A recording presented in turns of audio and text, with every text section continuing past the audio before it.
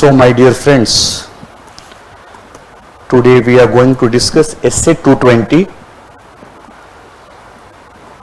This standard is linked with SQC1, therefore we will read 220 after SQC1.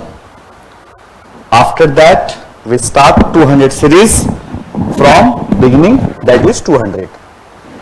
So if you read Essay 220, the heading is Quality Control for an Audit of Financial Statement. Quality Control. And if you again read SQC1 description, the same terms used there, and the term is quality control. So first question come to the mind of a student, sir, in Essay 220 as well as SQC 1, the term quality control has been used. So what is the difference between these two standards? So now we first clear what is the basic difference between these two standards. So my dear friends, let's start and differentiate Essay 220 and SQC1.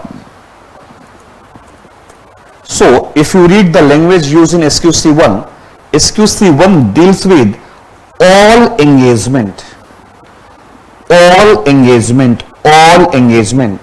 So a professional accountant perform more than one engagement.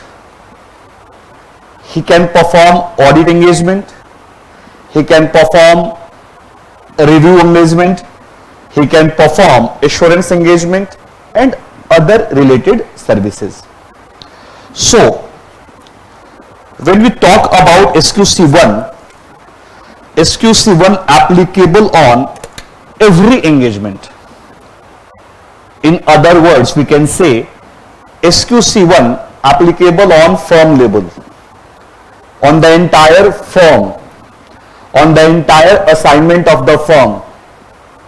So it is the responsibility of management, it is the responsibility of CEO of the firm to maintain a culture, environment, to make policy procedure.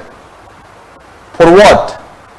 To keep quality control in all type of engagement, either X, Y, Z, whatever. But as far as audit Essay 220 is concerned, the scope of 220 is limited to a particular engagement, and that engagement is called audit engagement. So Essay 220 applies to audit engagement only. So scope of 220 is wider as compared to Essay 220. Essay 220 apply to engagement partner who perform audit engagement only, but SQC1 applicable on firm level. And the second part is SQC1 applies to entire firm. Essay 220 applies to a particular audit engagement. So I hope now it's clear to the mind of students what is the basic difference between SQC1 or Essay 220.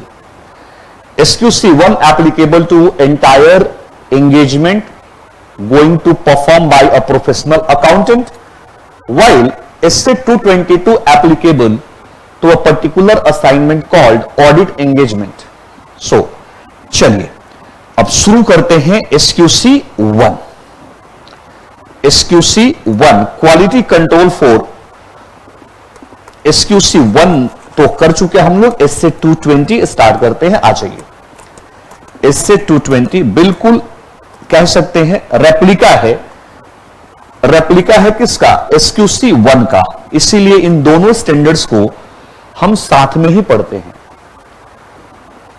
क्योंकि दोनों एक दूसरे के copy paste की तरह लगते हैं, थोड़ा सा माइनर चेंजेस है इसके अंदर।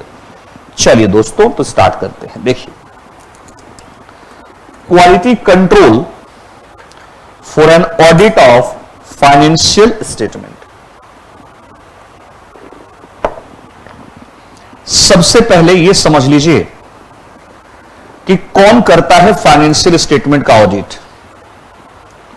फाइनली एक फाइनेंशियल स्टेटमेंट का ऑडिट परफॉर्म करने के लिए फर्म का एक एंगेजमेंट पार्टनर डिसाइड किया जाता है, उसको हम लोग बोलते हैं एंगेजमेंट पार्टनर। इस स्टैंडर्ड में स्टैंडर्ड पार्टनर को भी डिफाइन किया हुआ है। If you come on next page you will see what is the meaning of engagement partner here. Engagement partner,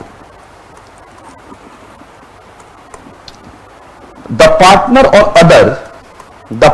or other person in the firm who is a member of ICAI and is in full time practice and is responsible for engagement and its performance and for the report that is issued on behalf of firm and who where required has the appropriate authority from a professional legal or regulatory body. So हमें जानना जरूरी है कि engagement partner कौन होता है और इससे 220 में उसका रोल क्या है। मैं आपको अच्छे से समझा देता हूं जल्दी से। देखिए, एंगेजमेंट पार्टनर वो बंदा है फर्म का, वो पार्टनर है। अच्छा, एंगेजमेंट पार्टनर ना बेटा कभी भी नॉन चार्टर्ड अकाउंटेंट नहीं होगा। एक ऐसा चार्टर्ड अकाउंटेंट जिसके पास फुल टाइम सीओपी हो, सर्टिफिकेट ऑफ प्रैक्टिस हो, वही एंगेजमेंट पार्टनर बन सकता है। क्योंकि एंगेजमेंट पार्टनर वो पार्टनर होता है जो फाइनेंशियल स्टेटमेंट को ऑडिट करने के बाद साइन करता है ऑन बिहाफ ऑफ फर्म। अब देखो, इससे 222 में institute of chartered accountant of India का अपने मेंबर से क्या एक्सपेक्टेशन है, आइए पढ़िए। देखिए, द ऑब्जेक्टिव ऑफ ऑडिटर वहां पे फर्म लिखा हुआ था, is to implement quality control procedures at engagement level that provide auditor with reasonable assurance that the audit complies with professional standard and regulatory requirements and the auditor's report issued is appropriate in the circumstances। तो देखिए क्या कहता है। मान लीजिए, मैंने हमेशा आपको बोला है कि जब भी आपको स्टैंडर्ड पढ़ो तो अपने आप को सेंटर में लेके आओ।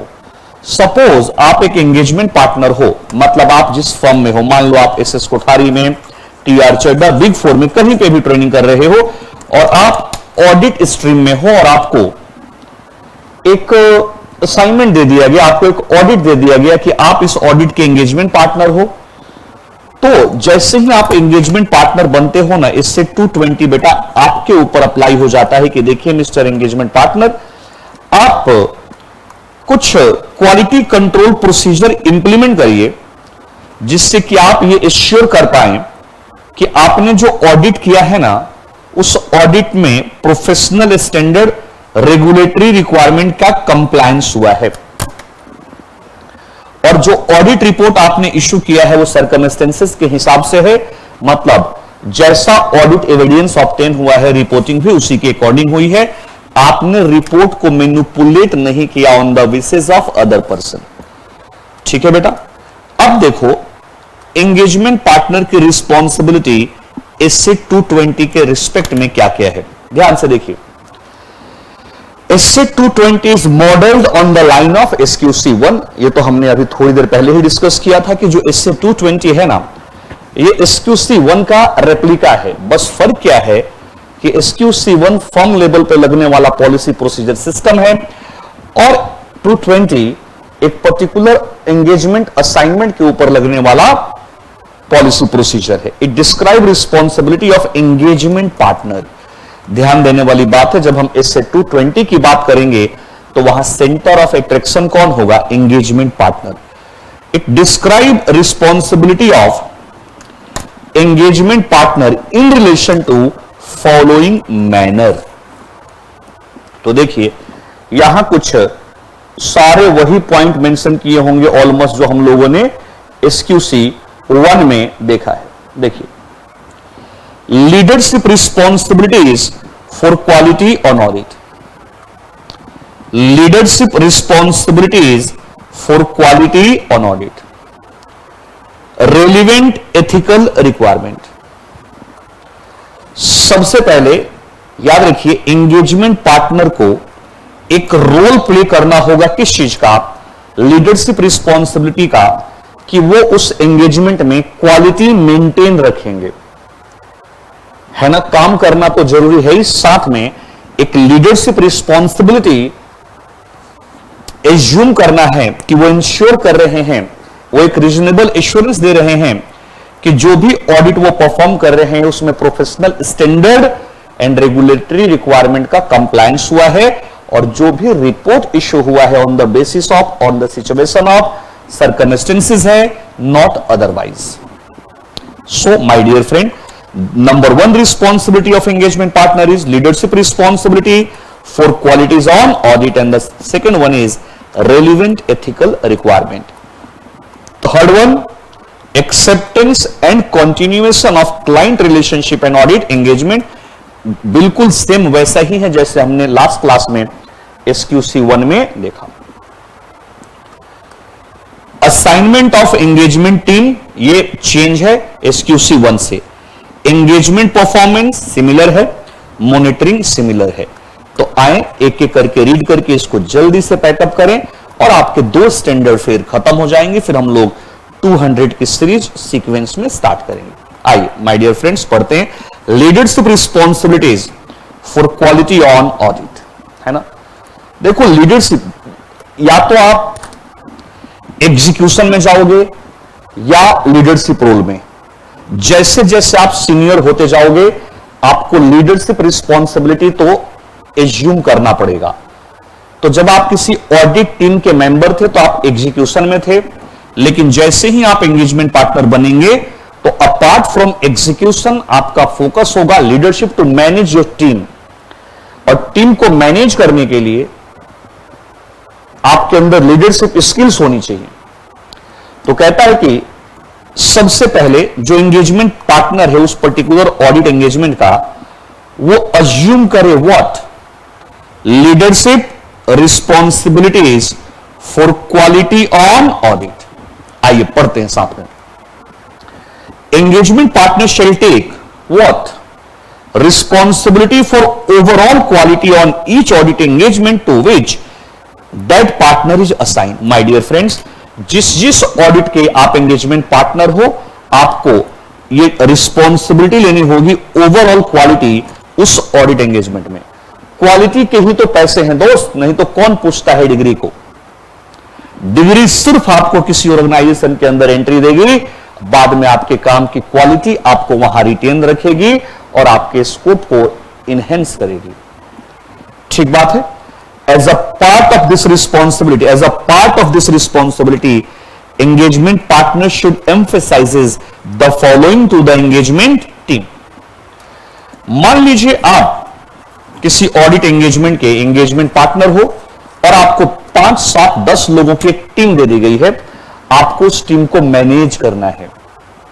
आपकी टीम टाइम से ऑफिस जाए, टाइम से लेट काम करे, खुश रहे, इंजॉय करे, मेंटली प्रेशर ना ले, ये सब आपको ध्यान रखना होगा। मतलब एक मां बाप जैसे अपने बच्चों का ध्यान रखते हैं, जैसे ही आप लीडरशिप रोल में आइएगा ये आपको ध्यान रखना पड़ेगा अपने टीम मेंबर्स का, तभी आपका टीम मेंबर आपको beyond the imagination result provide करेंगे।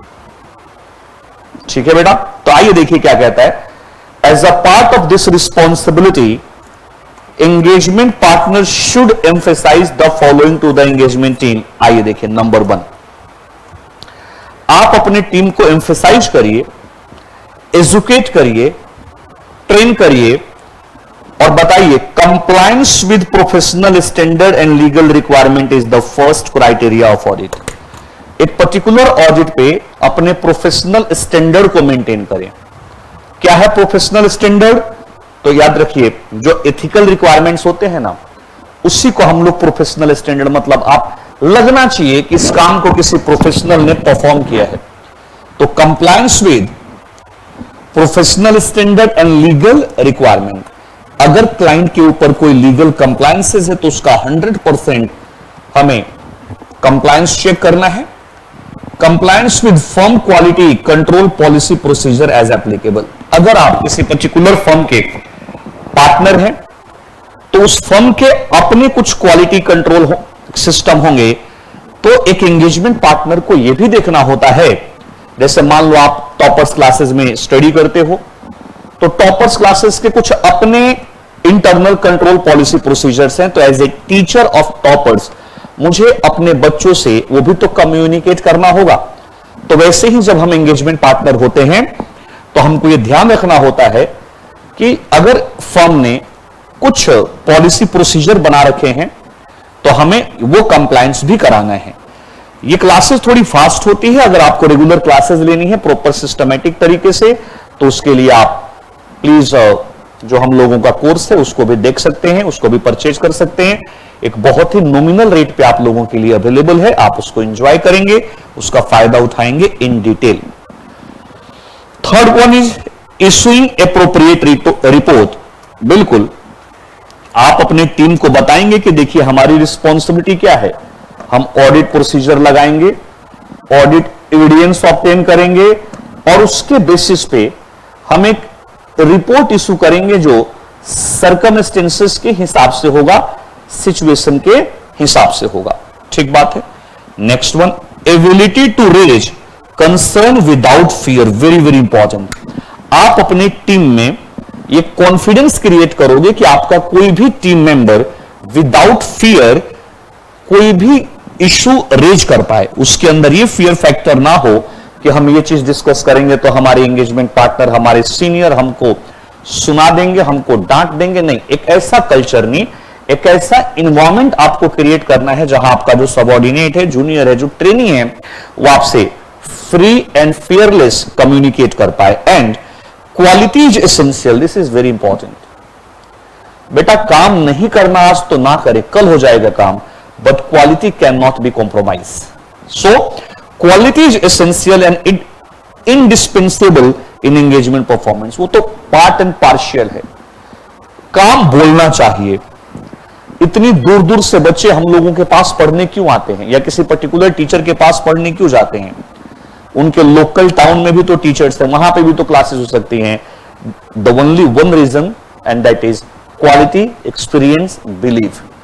और वो बिलीव कहां से आता है? क्वालिटी और एक्सपीरियंस से आता है। तो माय डियर फ्रेंड्स, ये 5 पॉइंट है, आपको ध्यान रखना है और रटना नहीं है पेपर के लिए।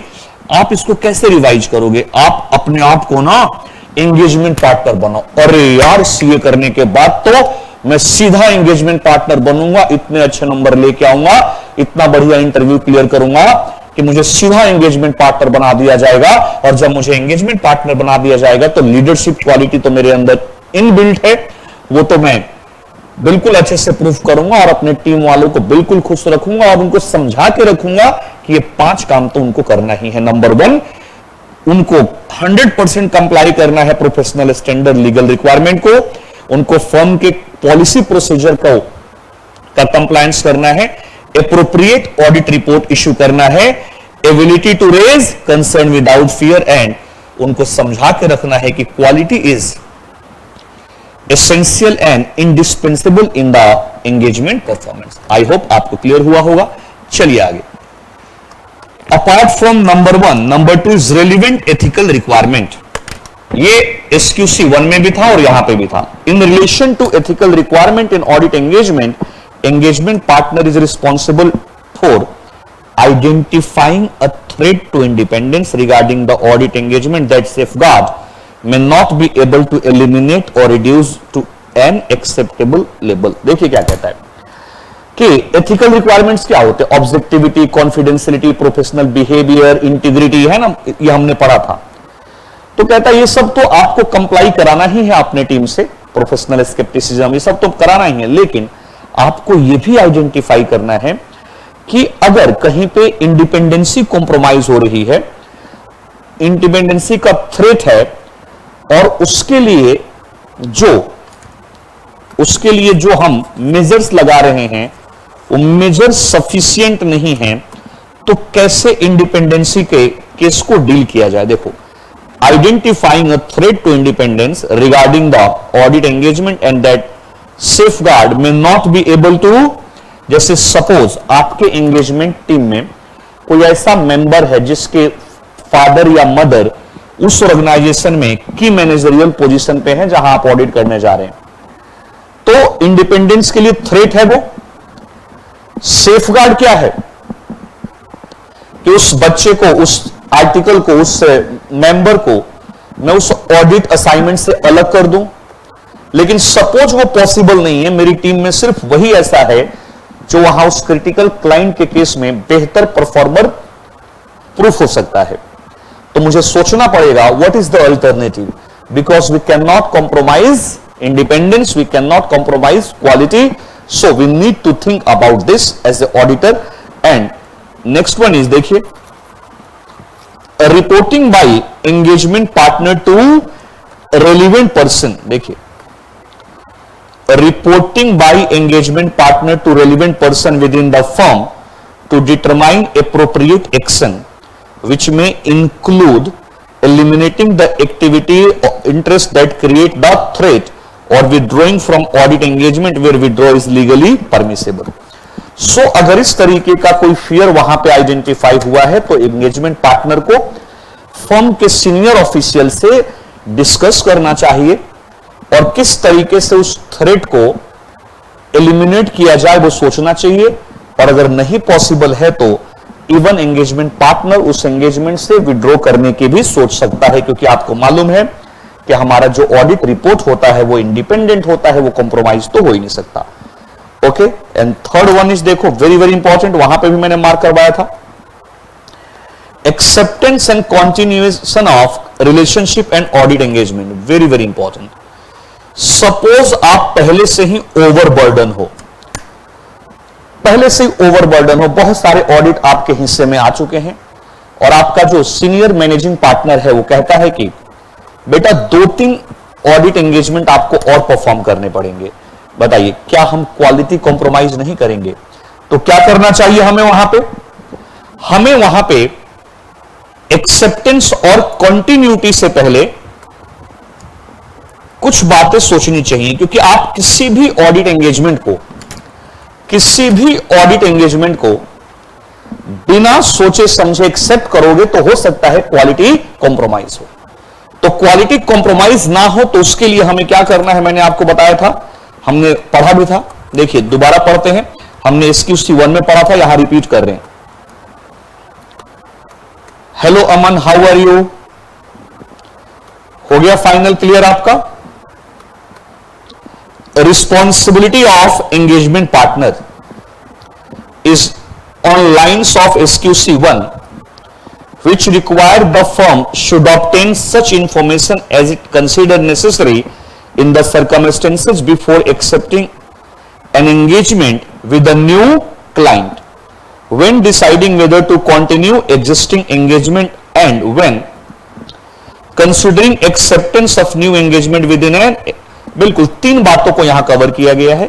एक नया असाइनमेंट एक्सेप्ट करने से पहले, पुराने एंगेजमेंट को कंटिन्यू करने से पहले, या पुराने एंगेजमेंट पुराने क्लाइंट के साथ कोई नए एंगेजमेंट में आने से पहले आपको कुछ चीजें सोचनी है, कुछ चीजें आपको समझनी है कि क्वालिटी आपका डिटेरेट ना करे। कौन कौन सी वो चीजें हैं, देखिए, कहता है एग्जाम्पल ऑफ इंफॉर्मेशन विच में कॉज फर्म टू विड्रॉ। अब देखो, the integrity of principal owner की मैनेजमेंट और TCWG, अगर ये लोग ऑनेस्ट, लॉयल, अच्छे लोग नहीं हैं, अगर एक कंपनी है, एक क्लाइंट है जो मुझे अप्रोच करता है किसी ऑडिट एंगेजमेंट के लिए, और ये मेरा अपना ओपिनियन है या ये मार्केट में कोई न्यूज है या हमारे पास कोई इसके लिए एविडेंस है कि उस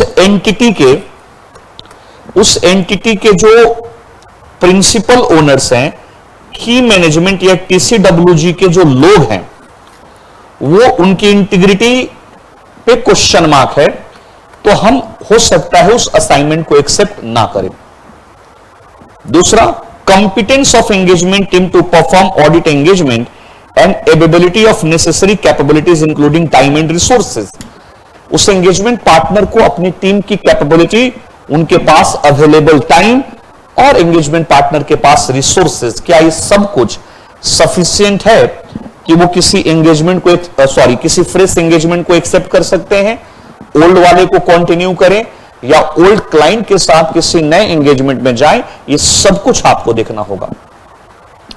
compliance with relevant ethical requirement by firm and engagement team, क्या हम उस नए असाइनमेंट को एक्सेप्ट करते हैं तो क्या वहां पे हम लोग एथिकल रिक्वायरमेंट को मेंटेन कर पाएंगे? कहीं ऐसा तो नहीं कि वहां पे इंटीग्रिटी, कॉन्फिडेंशियलिटी, ये सब कुछ कॉम्प्रोमाइज हो। Significant matter that have arise during the current और previous audit engagement and their implication for मान लीजिए जिस क्लाइंट के को आप कंटिन्यू करने की सोच रहे हो, आपका लास्ट ईयर उसके साथ कुछ अच्छा एक्सपीरियंस नहीं है, आपके और उसके बीच में जो बॉन्डिंग थी लास्ट ईयर कुछ ऐसी नहीं थी, तो आप बताइए विड्रॉ करेंगे या कंटिन्यू करेंगे? तो कहता है कि आपको ना ब्लंटली किसी भी असाइनमेंट को एक्सेप्ट नहीं करना। उससे क्या होगा, क्वालिटी सफर होगी। किसी भी ऑडिट एंगेजमेंट को कंटिन्यू नहीं कर लेना ब्लंटली, कुछ आपको अपने होमवर्क करने होंगे और अगर वहां पे अफर्मेटिव इंफॉर्मेशन रिजल्ट है तो ही आपको कंटिन्यू या एक्सेप्ट करना चाहिए, नहीं तो नहीं करना चाहिए। ये एग्जैक्टली वैसा ही है बेटा जैसा हम लोगों ने SQC 1 में किया था। एंड अगेन मैं आपको रिमाइंड करता हूं, very very important from exam prospective. चले, next one is assignment of engagement team. ये हमारा SQC 1 का कॉपी नहीं है, ये Essay 220 का ही पॉइंट है। आइए देखिए इसको, इसीलिए ध्यान से पढ़ते हैं। कहता है engagement partner should ensure that the engagement team and any auditors expert who are not part of engagement team collectively have the appropriate competence and capabilities to perform the engagement in accordance with professional standard and regulatory legal requirement. Assignment of engagement team, आप जब भी engagement team को decide करोगे, देखिए कुछ लोगों का मानना होता है कि हम सबसे सब कुछ करवा लेंगे, ये उनकी सबसे बड़ी गलतफहमी है। इसीलिए शायद वो अपने ऑर्गेनाइजेशन में क्वालिटी डिलीवर नहीं कर पाते। हर काम हर कोई नहीं कर सकता। जब आप किसी ऑडिट पे जाते हो तो आप एक बैलेंस टीम लेके जाते हो। जैसे मान लीजिए आप किसी कंस्ट्रक्शन कंपनी के ऑडिट पे जा रहे हो, तो जो पार्टनर कंस्ट्रक्शन ऑडिट कर चुका है उसी को एंगेजमेंट पार्टनर बनाया जाता है, क्योंकि वहां पे बिजनेस डिफरेंट है, अलग इंडस्ट्री है। वहां जो टीम डेवलप की जाती है उसमें कुछ ऐसे आर्टिकल्स होंगे, पेड असिस्टेंट होंगे जिन्होंने पहले कंस्ट्रक्शन ऑडिट पे काम किया हो, कुछ ऑब्वियसली न्यू होंगे, तो ये मिक्स एंड मैच चलता है। तो आप जब भी अपनी एंगेजमेंट टीम को असाइनमेंट का मतलब है जब उनको आप क्रिएट करें, टीम को ऐसे समझिए, आप क्रिएट करें, तो प्लीज आप उनका एप्रोप्रिएट कॉम्पिटेंस, कैपेबिलिटी जरूर देख लें कि क्या उनके अंदर वो काबिलियत, वो एक्सपीरियंस, वो कॉम्पिटेंसी है कि वो जिस असाइनमेंट पे आपके साथ जा रहे हैं professional standard, regulatory, legal requirement के हिसाब से उस एंगेजमेंट को परफॉर्म कर देंगे या नहीं कर देंगे। ठीक बात है। चले,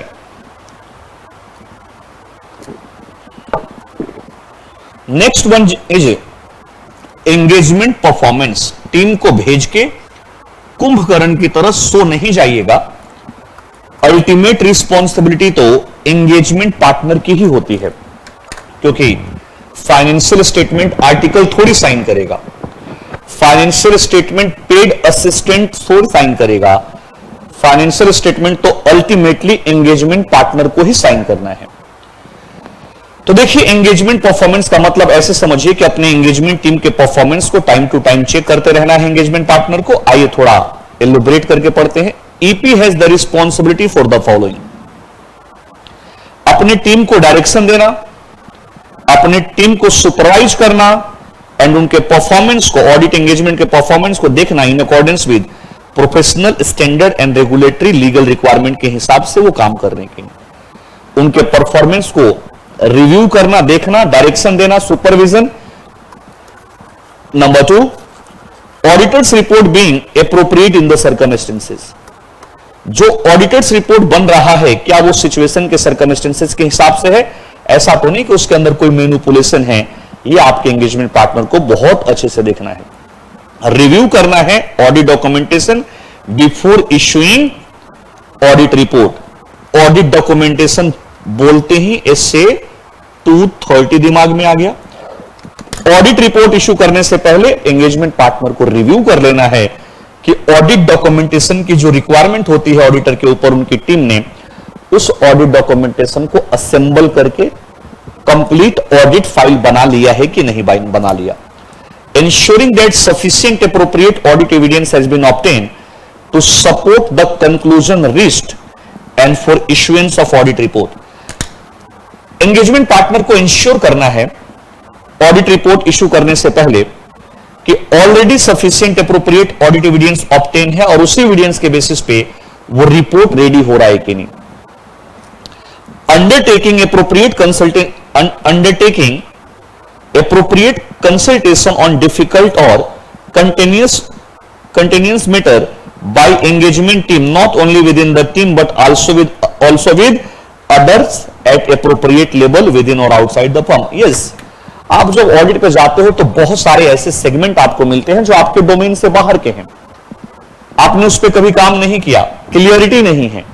so don't be shy, discuss with in team, if resolved well and good, otherwise discuss with senior member of the firm, or if required and if the team think and decide, you can also communicate with outside the firm people who is expert in the subject matter।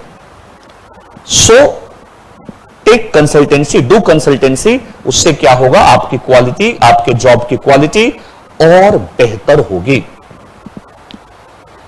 ठीक बात है। Engagement performance, इसको बोलते हैं engagement performance. अब देखिए engagement performance में एक दो पॉइंट और हैं जो एग्जाम में पूछता है। देखो, सबसे पहले एंगेजमेंट क्वालिटी कंट्रोल रिव्यू।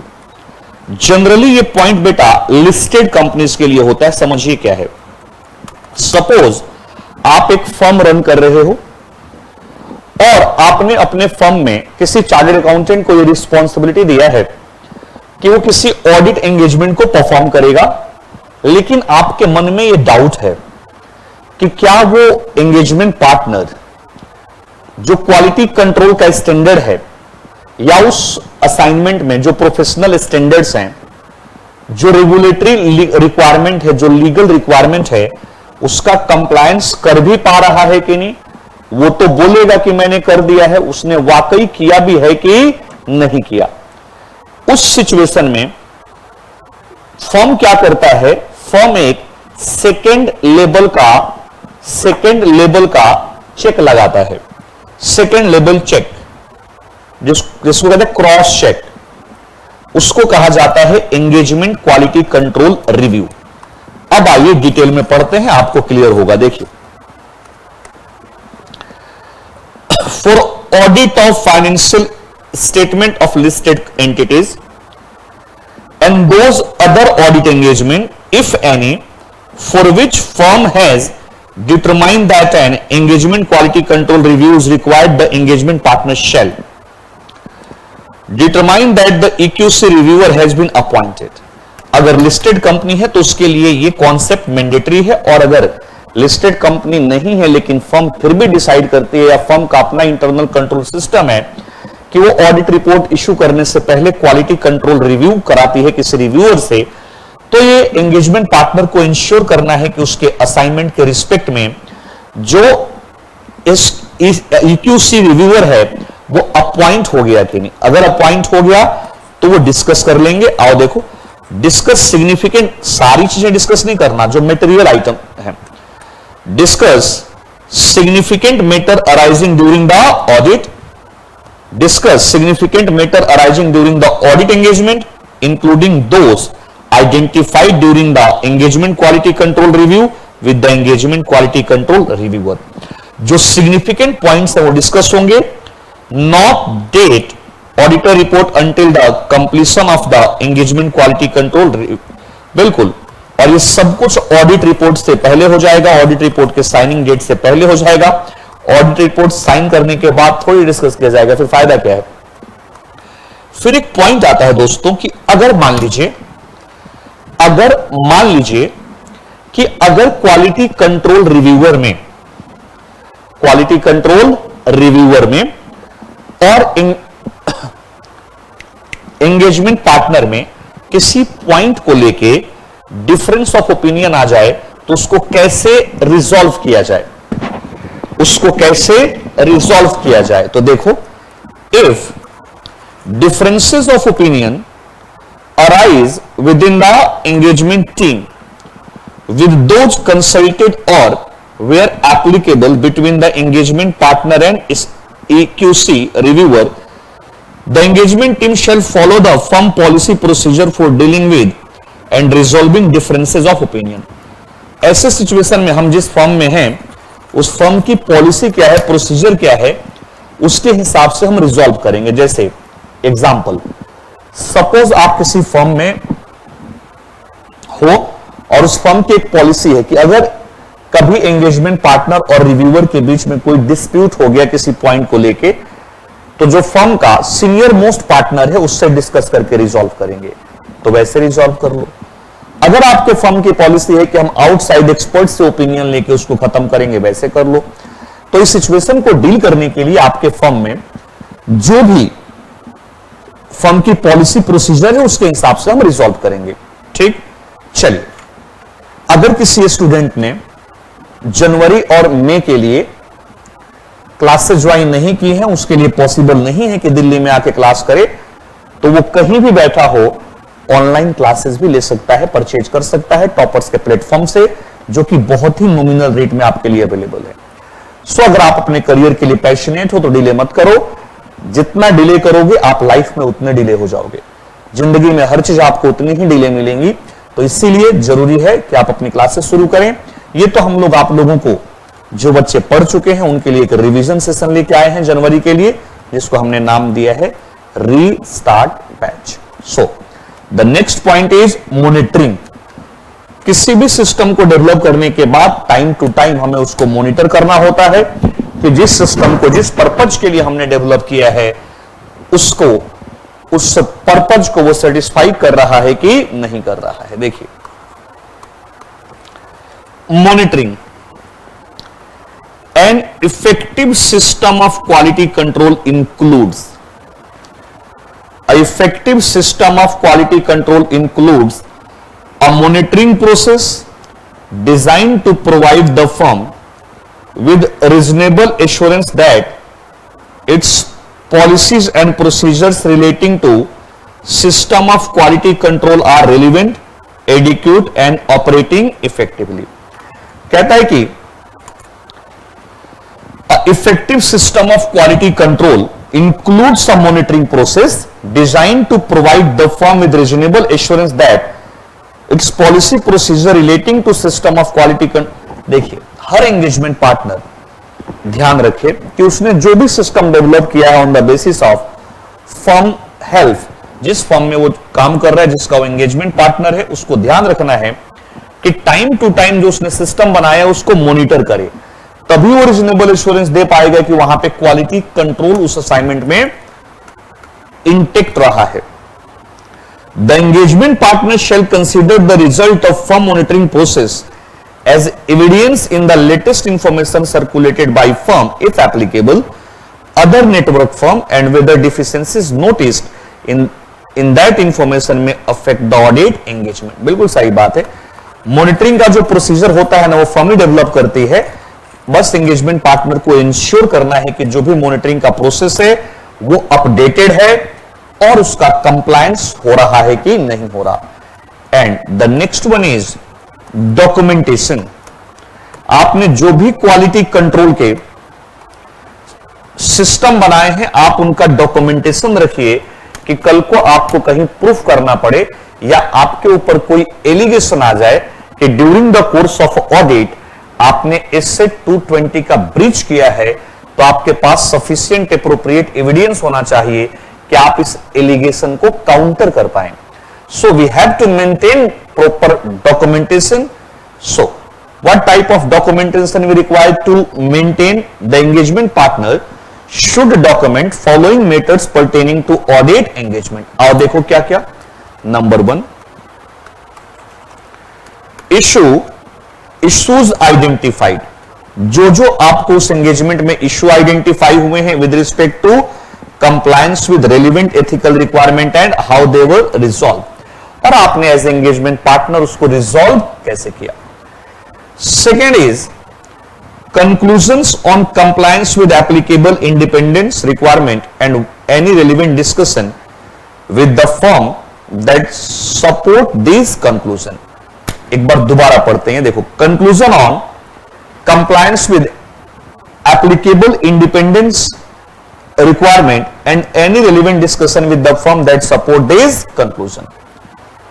अगर मान लीजिए इंडिपेंडेंस का कोई इश्यू था तो उसको फर्म लेवल पे कैसे रिजॉल्व किया गया, आप उसको भी डॉक्यूमेंट कर लें कि बाद में चल के कोई इश्यू क्रिएट ना हो. Next one, conclusion reached regarding the acceptance and continuation of client relationship and audit engagement. बिल्कुल सही बात है. अगर आपने ये कंक्लूजन ड्रॉ किया है कि हम उस क्लाइंट के साथ उस क्लाइंट को एक्सेप्ट करेंगे या उसके साथ कंटिन्यू करेंगे या कॉन्ट्रेरी, तो आपके पास उसके लिए भी appropriate document होना चाहिए. The nature and scope of any conclusion resulting from consultation undertaken during the audit engagement. एक ऑडिटर बहुत तरीके का डिस्कशन कंसल्टेशन करता है. उसके रिस्पेक्ट में भी अगर कोई मेजर डिस्कशन है तो आप उसका डॉक्यूमेंटेशन करें फ्यूचर रेफरेंस के लिए. सो माय डियर फ्रेंड्स, यहां पे ये पॉइंट्स खत्म हो जाते हैं क्वालिटी कंट्रोल के, जो हम लोगों को याद रखना है. SQC 220 और SQC 1, कोई ऐसा ऑडिट का पेपर उठा के देख लीजिए, कभी ऐसा नहीं मिलेगा कि यहां से क्वेश्चन ना आया हो. तो ये दोनों स्टैंडर्ड बहुत इंपॉर्टेंट है. इनको खत्म कराने के बाद हम देखेंगे कि यहां से किस टाइप के क्वेश्चन एग्जाम में आते हैं. उससे पहले ये कुछ डेफिनेशंस यहां पे दिए गए हैं, उसको रीड कर लेते हैं. एंगेजमेंट पार्टनर हम लोगों ने रीड कर लिया था. आइए अब देखते हैं एंगेजमेंट क्वालिटी कंट्रोल रिव्यू का क्या मतलब है. कई बार इन डेफिनेशंस के ऊपर भी एग्जाम में क्वेश्चन पूछ देते हैं. कहता है देखो, engagement quality control review a process design to provide an objective evaluation before the report is issued of significant judgement of engagement team made and the conclusion they reached in formulating the report. कहता है कि audit report issue होने से पहले engagement partner के job को या engagement partner के सिग्निफिकेंट डिसीजंस को जो उन्होंने उस ऑडिट एंगेजमेंट में लिया है उसको रिव्यू करना. पर्पज क्या है कि क्वालिटी इनहेंस करना है रिपोर्ट का. इसी को हम कहते हैं engagement quality control review. And who will the person जो ये क्वालिटी कंट्रोल रिव्यू परफॉर्म करेगा, ये भी एग्जाम में कई बार आया हुआ है. देखो, a partner other person in the firm should be member of ICAI suitably qualified external person or team made up of such individual. मतलब क्वालिटी कंट्रोल रिव्यूअर एक सिंगल पर्सन भी हो सकता है और टीम भी हो सकता है, with sufficient appropriate experience and authority to objectively evaluate before the report is issued the significant judgment the engagement team made and conclusion they reached in formulating report. However, in case the review is done by team of individuals, such teams should be headed by member of the institute. तो देखो ये reviewer कौन है. ये एक single practising chartered accountant भी हो सकता है, ग्रुप ऑफ पर्सन हो सकते हैं, लेकिन जब ग्रुप ऑफ पर्सन होंगे तो उनका जो हेड होगा वो हमारा इंस्टीट्यूट का मेंबर होना चाहिए। ये लोग क्या करते हैं, जो एंगेजमेंट पार्टनर ने ऑडिट परफॉर्म किया है उस ऑडिट को रिव्यू करते हैं, सिग्निफिकेंट मैटर्स को, और ये देखते हैं कि कहीं पे क्वालिटी कॉम्प्रोमाइज तो नहीं हुई है। That shit. एंगेजमेंट टीम किसको कहते हैं बेटा? एंगेजमेंट टीम का मतलब होता है वो टीम जो ऑडिट एंगेजमेंट के लिए या किसी पर्टिकुलर एंगेजमेंट के लिए जाती है, उसको हम लोग कहते हैं एंगेजमेंट टीम। तो ये आपका एक स्टैंडर्ड था, छोटा सा स्टैंडर्ड है आपका एससेट 220, जो बिल्कुल रेप्लिका था SQC 1 का। तो इसके साथ कवर कराने के पीछे हर टीचर का यही लॉजिक होता है कि दोनों आपस में रिलेटेड हैं, दोनों क्वालिटी कंट्रोल को कवर करते हैं, तो इसको साथ साथ ही कवर करा लिया जाए। तो ये हमने कवर कर लिया अपना एस्से नंबर 220, जहां पे एंगेजमेंट पार्टनर के रिस्पॉन्सिबिलिटी की बात की गई थी। और कितनी रिस्पॉन्सिबिलिटी थी? 1 2 3 4 5 6। Number 1 leadership responsibility. आई होप आपको समझ में आया होगा। उसके बाद रिलेवेंट एथिकल रिक्वायरमेंट, ये तो ऑलमोस्ट क्या बिल्कुल सेम SQC 1 की तरह है। थर्ड भी हमारा एक्सेप्टेंस कॉन्टिन्यूएशन सेम था। Assignment of engagement team different था, एंगेजमेंट परफॉर्मेंस मॉनिटरी सेम था। तो ये आपका एस्से 220 हो गया। अब बच्चों, अब हम लोग ना 200 की सीरीज खत्म करेंगे। हम लोग चैप्टर वाइज तो पढ़ ही नहीं रहे, हम लोग कैसे पढ़ रहे हैं? एस्से वाइज। तो अब हम लोग क्या करेंगे? एस्से 200, उसके बाद 210, उसके बाद 220 तो हो गया, 230 जो आपके सिलेबस में है, 240 का रिलेवेंट एक्सट्रैक्ट, 260, 265 और 299 पहले कवर करेंगे। हम 200 की सीरीज पहले कवर कर देंगे, उसके बाद फिर हम लोग 300, 400, 500, 600, 700 जो भी रिलेवेंट स्टैंडर्ड्स हैं आपके सिलेबस में, उसको खत्म करेंगे। मेन टाइम आपका क्या काम है? अब जैसे मान लीजिए आपने रिवीजन वीडियो देख लिया, तो पढ़ तो आपने पहले ही रखा था, अब यहां से आप रिफ्रेश हो गए, रीस्टार्ट हो गया आपका रिवीजन। तो साथ में आपको एक काम करना है कि अगर आपके पास मेरी बुक है, टॉपर्स की बुक है, तो उसके बैक साइड में, दोनों वॉल्यूम के बैक साइड में क्वेश्चन बैंक दिया हुआ है। तो ये जो इससे 220 है, ये सेकेंड वॉल्यूम के लास्ट चैप्टर का टॉपिक है। तो जब आप सेकेंड वॉल्यूम का क्वेश्चन बैंक उठाओगे तो मार्क करो कि इससे 220 के कौन कौन से क्वेश्चन आए हैं, SQC 1 के कौन कौन से क्वेश्चन आए हैं, और उसके बेसिस पे आप देखो कि उसको मार्क करो और फिर रियलाइज करो कि पेपर में कैसे क्वेश्चन आएंगे, और आएंगे तो हम कैसे लिखेंगे, और जो हम लिखेंगे और जो यहां लिखा है वो आपस में मैच कर रहा है कि नहीं, मतलब हम स्टैंडर्ड को मैच कर रहे हैं कि नहीं, ये आपको करना है। मैं वो क्वेश्चन बैंक कब कराऊंगा? जब 3-4 स्टैंडर्ड और कवर करा दूंगा, तो एक साथ ही चल के फिर हम लोग वो क्वेश्चन बैंक देखेंगे। ठीक बात है। मैं आपको आइडिया दे देता हूं कैसे। देखो, सपोज हम लोग अभी सेकेंड वॉल्यूम का ऑडिट का एक चैप्टर है, वहां से अब देखो ये चैप्टर नंबर 6, ये आपका क्वेश्चन बैंक है। देखिए, ये आपका क्वेश्चन बैंक है। Sorry, this is a combined book.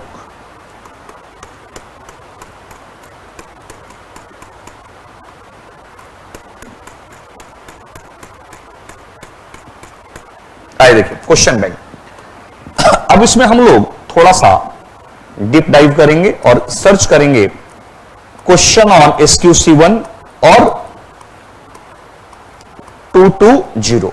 देखिए, आपको जैसे आप रिव्यू करते जाओगे आपको मिल जाएगा।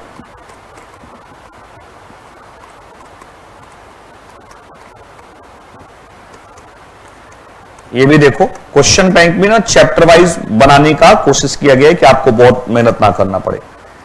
तो सबसे लास्ट में चलते हैं और देखिए सबसे लास्ट में हमारा वही चैप्टर है, वहां ये देखिए 200 का क्वेश्चन आ गया। हमें ढूंढना है 220 और SQC 1।